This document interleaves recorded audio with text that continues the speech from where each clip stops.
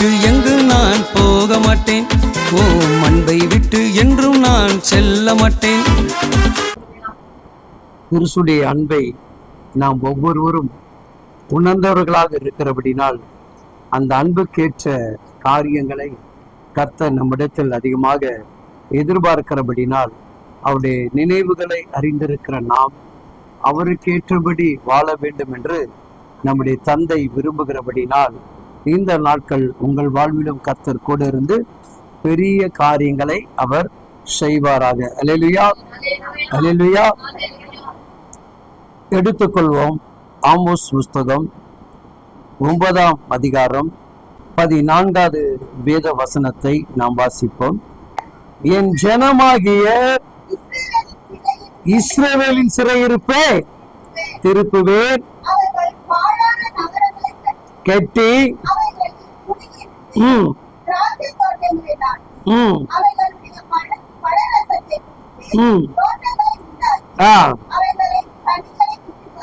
அல்லேலூயா. யாருங்க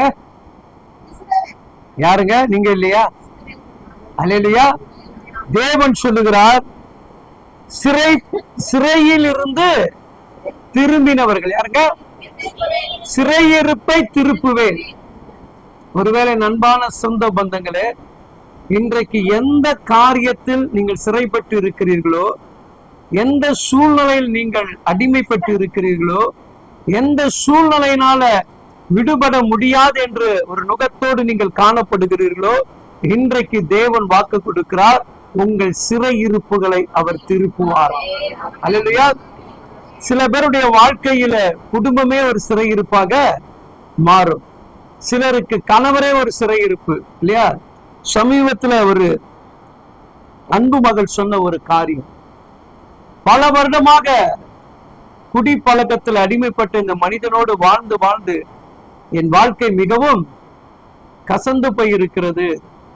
நான் ஆராதிக்கிற தேவன் இத்தனை ஆண்டு காலமாக நான் அவரை சேவித்துக் கொண்டிருக்கிறேன், இந்த சிறையிருப்பிலிருந்து என் ஆண்டவர் என்னை விடுவிக்காமல் இருக்கிறார் என்று சொல்லி அந்த சகோதரிக்கு ஒரு மிகுந்த அங்கலாய்ப்பு. அல்லேலூயா. அப்ப கிட்டத்தட்ட ஒரு 35 வருடமாக அவங்க என்ன பண்றாங்க? போராடி கொண்டு இருக்கிறார்கள். அல்லேலூயா. இன்றைக்கு அதே போல அநேகர் என்ன பண்றாங்க? நம்முடைய சிறையிருப்பிலிருந்து மீட்கப்பட முடியாதபடி போராடுகிறோம். வேதம் சொல்லுகிறது, இஸ்ரவேல் ஜனங்கள் கிட்டத்தட்ட 450 வருடமாக போராடினார்கள் என்று வேதம் சொல்லுது. எத்தனை வருஷங்க? 400 வருடங்களுக்கு மேலாக. எத்தனை வருஷம்? எத்தனை தலைமுறை என்று சிந்திச்சு பாருங்கள். அப்போ ஏன் தேவன் இத்தனை ஆண்டு காலமாக அவங்களுடைய சிறையிருப்பை மாற்றல? இல்லையா? நம் நிறைய பேரு ஏன் சிறையிருப்பு மாறல என்கின்ற கேள்வியை முதலாவது தேவ பிள்ளைகள் நீங்கள் அறிந்து கொள்ள வேண்டும். விடுவிப்பார் என்கின்ற நம்பிக்கை எத்தனை பேருக்கு இருக்குது? அப்ப விடுதலை தாமதமாகும் போது ஏன் அந்த நம்பிக்கை தளர்ந்து போனது? இவர் விடுவிப்பார், இவர் நிச்சயமாக என் வாழ்க்கையை மாற்றுவார், நிச்சயமாக என் குடும்பத்துக்குள் ஒரு சமாதானத்தை கொடுப்பார், நிச்சயமாக என் பிள்ளைகளை வாழ வைப்பார் என்று நம்பிக்கையில தான் யாரை பின்பற்றுகிறீங்க? ஏன் அந்த நம்பிக்கை இன்றைக்கு நம்ம இடத்திலிருந்து தளர்ந்து போனது? ஏன் அந்த நம்பிக்கை நம்ம விட்டு அகன்று போனது? காரணம் என்ன? அதை ஆராய்ந்து பாத்தீங்களா? என்ன காரணம்? லேட்டா ஆகிறதுனால அப்படி சொல்றான், வேற என்ன? இல்லையா? அப்ப அவர் மேல நம்பிக்கை அற்று போயிட்டோம், அதான் காரணம். ஒரு காரியம் லேட் ஆகுதுன்னா அவர் ஏதோ ஒரு நோக்கத்திற்காக நமக்கு எதையோ செய்ய போகிறார் என்பதை நம்ம முதல்ல என்ன பண்ணணும்? அறியணும். இல்லையா? சுகம் ஈஸியா கிடைச்சிருங்க, நல்லா புரிஞ்சுங்க. சுகம் ஈஸியா கிடைச்சிடும். அந்தகார கட்டுகள் கர்த்தர் ஈஸியா விடுவிச்சிருவாரு. உன் எதிர்கால வாழ்வுக்கு உன்னை சீர்படுத்தி, சிறப்படுத்தி, உன்னை பலப்படுத்தி, உன்னை தைரியப்படுத்தி, எல்லா நெருக்கடிகளும், எல்லா உபத்திரத்திலும், எல்லா ஆபத்து விபத்துக்குள்ள நீ கடந்து போய் அதுக்கப்புறம் உன் வாழ்க்கையை எங்க கொண்டு வந்து நிறுத்துவாரு? உயர்ந்த ஸ்தலத்துல கொண்டு வந்து நிறுத்துவார். இல்லையா? அது வரைக்கும் என்ன பண்ண மாட்டாரு? நம்மளை உயர்வுக்கான வழியை கொண்டு வர மாட்டார். அப்போ இந்த தாவீதை கூட நீங்க நல்லா பார்த்து பாருங்க. எத்தனை 40 ஆண்டு காலமாக என்ன பண்றான்? சவுலோடு கூட போராடி கொண்டிருக்க. எத்தனை ஆண்டு? 40 ஆண்டு காலமா சவுலோடு போராடுறான். எல்லாமே கர்த்தர் அவனை அபிஷேகம் பண்ணினார், கிருபைகளை கொடுத்தார், போய் யுத்தம் பண்ணுகிறான். போகும்போது அவனுக்கு ஒரு ஜெயம் கிடைக்கிறது. எல்லாம் நல்லா புரிஞ்சுங்க. அபிஷேகம் பண்ணப்பட்டவர்கள், தேவனை அறிந்த பிள்ளைகள், நீ வெளியே போகும்போது நீ கெத்தாதான் உன்னால் இருக்க முடியும். ஆனா உன் வீடு என்று வரும் பொழுது எல்லாம் வச்சு நீ இழக்கக்கூடிய சூழ்நிலைக்கு நம்ம என்ன பண்ணுவோம்? தள்ளப்படுவோம். அதான் கிறிஸ்துடைய வாழ்க்கை. அதான் ஆண்டவர் சொல்லுகிறார், ஒருவன் தன் சொந்த வீட்டில் என்ன பண்ணுவானா? கனவீனம் அடைவான். யார் வீட்டுலங்க? சொந்த வீடு, சொந்த ஊர். அல்லையா? நம்ம தெருக்கள் நம்மளை பார்த்து ஏவனமாக பார்க்கும். இல்லையா? அப்ப இந்த தாவீதுடைய வாழ்க்கை கொஞ்ச நெஞ்ச போராட்டம் கிடையாது. அந்த 40 ஆண்டு காலம் அரசாள்வதற்காக இவன் 40 ஆண்டு கால உபத்திரத்தை சந்தித்தான். அப்ப ஏன் ஆண்டவர் அவனை அப்படி உபத்திரத்துக்குள்ள கொண்டு போய் தள்ளணும்? இல்லையா? இப்ப நல்லா யுத்தம் பண்றான், நல்லா ஜெயிக்கிறான், நல்ல அந்தஸ்தான், அவனை சுத்தி ஒரு கூட்டம் இருக்குது, அவனுக்கு ஒரு வாய்ப்புகள் எல்லாமே ஏற்படுகிறது. ஆனாலும் அவனால் என்ன பண்ண முடியல? அவனை எதிர்த்து போராட முடியல. அப்ப தேவன் அவனை போராடுவதற்கான வாய்ப்பை கர்த்தர் அவனுக்கு என்ன பண்ணல? ஏற்படுத்தி கொடுக்கல. காரணம், நீ இந்த போராடி எதிரியோடு உன்னோட போராடுவதற்காக நான் உன்னை அழைக்கல, பலரை நீ ஆசீர்வதிப்பதற்காக தான் இந்த போராட்டத்தின் பாதையில உன்னை உருவாக்குகிறேன் என்று கர்த்தர் சொன்னார். இல்லையா? அப்ப என் அன்பான தேவ பிள்ளைகளே, ஒரு பிள்ளைகள் உங்களுடைய வாழ்க்கையில் சில தேவன் கொடுத்த வார்த்தைகளை நீங்கள் அறிந்து கொள்ளணும். அவர் என்ன சொன்னார் தாவீதை பார்த்து? நான் உன்னை ராஜாவாக அபிஷேகம் பண்ணுகிறேன். எதுவாக? இப்ப தேவன் உங்களை எவ்விதமாக அபிஷேகம் பண்ண? உங்க மேல ஒரு அபிஷேகம் இருக்குது இல்லையா? என்ன சொல்லி தேவன் உங்களை அபிஷேகம் பண்ணி இருக்கிறார்? என்ன சொல்லி தேவன் உங்களை அபிஷேகம் பண்ணியிருக்கார்? சொல்லுங்க. அந்நிய பாஷை பேசுறோம், சில நேரங்கள் ஊழியர்கள் கரை வைக்கும் போது ஒரு அபிஷேகம் இறங்கும். அப்ப ஆண்டவர் நம்மளோட இடைப்பட்டு பேசுவார். பேசும்போது அதனுடைய வார்த்தை கர்த்தர் நமக்கு கொடுத்திருப்பார். அந்த வார்த்தைக்கு கொடுத்த பிறகு அவர் ஒரு வார்த்தை சொல்லுவார். இந்த வார்த்தை நீ அனுபவிக்க வேண்டும்னா சில போராட்டங்களும் சில நுகங்களையும் நீ சகிக்க வேண்டும் என்று சொல்வார். அந்த சிறையிருப்புக்கு பின்பாக ஒரு மீட்பு உண்டு. சிறையிருப்புக்கு பின்பாக நல்லா கட்சி பாருங்க. கொலை செய்கிறவனுக்கு உலகத்துல ஜாமீன் கிடைக்குதா? கோர்ட்ல வாதாடி என்ன பண்றான்? ஜாமீன் வாங்கி கொடுக்கறான். ஆனா ஜாமீன் வாங்கிட்டு வந்த பிறகு கொலை செய்யப்பட்ட பாதிக்கப்பட்ட அவனை கொலை செய்யறான். புரியுதா?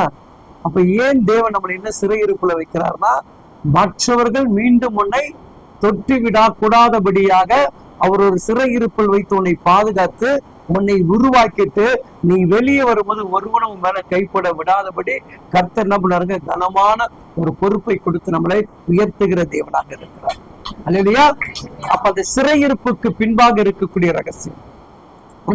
450 வருடங்கள் அவர்கள் சிறையிருப்புல இருந்தார்கள் என்று வேதம் சொல்லுகிறது. ஆனா அவங்க நினைச்சு கூட பார்க்க முடியாத, அவங்க வாழ்விலே இப்படிப்பட்ட ஒரு தேவன் இவ்வளவு அற்புதம் செய்வாரா என்று தெரியாமல் சிறையிருப்பில் வாடின, சரியான ஆதாரம் இல்லாமல் வெயில், உஷ்ணங்கள், பாடுகள், நுகங்கள் எல்லாவற்றையும் சகித்தார்கள். எல்லாவற்றையும் பாடுகளை அனுபவித்தார்கள். என்ன அனுபவித்தார்கள்? தன் பிள்ளைகளுக்காக, ஆதாரத்துக்காக செங்கல் சூளையில வேலை செய்தார்கள். வைக்கோல்களை கொண்டு வேலை செய்தார்கள். ஆடு மாடுகளை மேய்த்து அவனுக்கு என்ன பண்ணாங்க? ஆசீர்வாதத்தை அவனுக்கு உருவாக்கி கொடுத்தார்கள். வேலைக்கு போயிட்டு வந்தாலும் ஆகாரம் சாப்பிட முடியும் என்கின்ற எண்ணத்தோடு பல வருடமாக அடிமைப்பட்டிருந்த பிள்ளைகளுக்கு கர்த்தர் மீட்டெடுக்கும் பொழுது எப்படிப்பட்ட ஒரு ஆசீர்வாதத்தை கர்த்தர் கொடுத்தார் தெரியுமா? எவ்வளவு ஒரு உகந்த ஆசீர்வாதம் எண்ணி பாருங்கள். சிவந்த சமுத்திரம் 2ஆக பிளக்கப்படுகிறது. அது வழியாக கூட்டிக் கொண்டு வரும் பொழுது எவ்வளவு உடல் உழைப்பை உழைத்தார்களோ, எவ்வளவு வேர்வை துளியை சிந்தினார்களோ, என் ஆண்டவர் சிறையிருப்பிலிருந்து அவர்களை மீட்கப்படும் பொழுது அவங்க கண்களில் தண்ணீர் கிடையாது, அவங்க சரீரத்தினுடைய என்ன கிடையாது? வேர்வை துளி கிடையாது. அவர்கள் உழைக்காமல் தேவன் ஆகாரங்களை கொடுத்து போஷித்தார். அது காரணம்னா அவர்கள் அந்த பாடுகளை ஏற்றுக்கொண்டார்கள். யாரு? இஸ்ரவேல் ஜனங்க என்ன பண்ணாங்க? பாடுகளை ஏற்றுக்கொண்டார்கள். அல்லையா? பாருங்க, வானத்திலிருந்து மன்னாவை கர்த்தர் அவர்களுக்கு கொடுக்கிறார். எதை கொடுக்கிறாரு? வானத்திலிருந்து மன்னாவை. அல்லையா? அவங்க வாழ்க்கையிலே சாப்பிட முடியாத ஒரு இறைச்சி வாழ்விலே. அப்ப அந்த இறைச்சி தேவ கையில இருந்து வருது. சொல்ற பாருங்க, எந்த அளவுக்கு பாடுகள் வேதனைகள் நீ சகித்தாயோ அதை தாண்டி 1000 மடங்கு கர்த்தர் கொடுக்கக்கூடிய ஆசீர்வாதம் இருக்குது பாருங்க. அது நிறைவுள்ளது. ஆனா சகிக்கணும். உடனே வந்த கர்த்தர் கோபுரமாக்கிட மாட்டாரு. உடனே வந்த வீடு எல்லாம் கொடுத்துட மாட்டாரு. அதெல்லாம் தேவனுடைய நோக்கம் கிடையாது. உன்னை உருவாக்குறது அவருடைய நோக்கம். நீ எந்த இடத்திலும் தலை குனிந்து போக கூடாது. யாருக்கு முன்னாடி நீ அவமானப்பற்றக்கூடாது. இதுவரைக்கும் நீ பட்டு இருக்கலாம் அவமானம், இதுவரைக்கும் நிந்தைகளை சுமந்து இருக்கலாம், இதுவரைக்கும் நீ வேதனைகளை சகித்து இருக்கலாம். ஆனா இனி வரக்கூடிய காலங்கள் இந்த வேதனைகள் மாறுகிறது கர்த்தர் சொல்லுகிறார். அழகாக சொல்லப்படுது பாருங்க, என் ஜனமாகிய சிறையிருப்பை திருப்புவேன், அவர்கள் பாழான நகரத்தை. கவனிங்க, என்ன நகரங்க? என் வாழ்க்கை பாழடைந்து போயிடுச்சு, என் குடும்ப சூழ்நிலை மோசமா போயிடுச்சு, என் பிள்ளைகளுடைய எதிர்காலம் தாறுமாறா போயிடுச்சு, அந்த இடத்தை கர்த்தர் சீர்படுத்துவார். அந்த இடத்தை என்ன பண்றாரு? ஒன்னால்தான் சீர்படுத்த முடியுன்றாரு. உன் பாழான வீட்டை நீதான் கட்ட முடியுன்றாரு. உன் குடும்ப வாழ்க்கை ஒன்னால்தான் சீர்படுத்த முடியுன்றாரு. உன் பிள்ளைகளுடைய வாழ்வின் எதிர்காலத்தை ஒன்னால்தான் சீர்படுத்த முடியும். ஏன்னா நான் உன்னை மீட்டு எடுத்து கொண்டு வருகிறேன். உன்னை நான் என்ன பண்றேன்? சிறையிருப்புல இருந்தோடனே விடுதலை கொண்டு வந்துட்டேன். இனி இது என்ன பண்ணா? இது பாழாய் போச்சு, இது ஒண்ணுத்துக்கு உதவாது என்று பேசிக்கிட்டே இருக்காது. உருவாக்கப்படும், செயல்படும், ஆசீர்வாதமாக இருக்கும். எப்படி இருக்குங்க? என் வீட்டுல அழகா அங்க சொல்லுது பாருங்க. அது என்ன இருக்குமா? அவைகளை கட்டி குடியிருந்து திராட்சை தோட்டங்களை நாட்டி அவைகளுடைய குடித்து தோட்டங்களை உண்டாக்கி.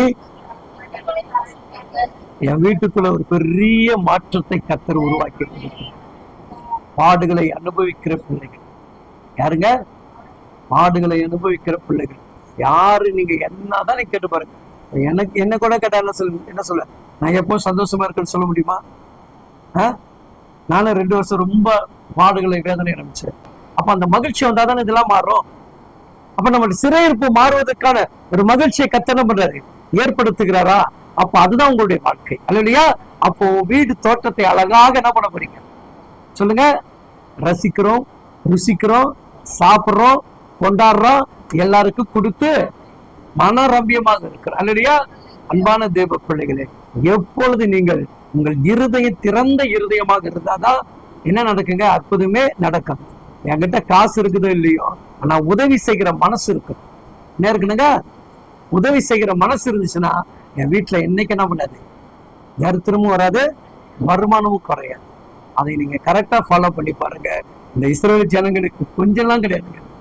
அவங்கள பார்த்தாலே எனக்கு பொறாம இருக்கும். யாரை பார்த்தா? பயங்கரமா அவங்களை பார்த்தா எனக்கு பொறாம இருக்கும். அற்புதத்தை பட்டு திட்டுவானுங்க.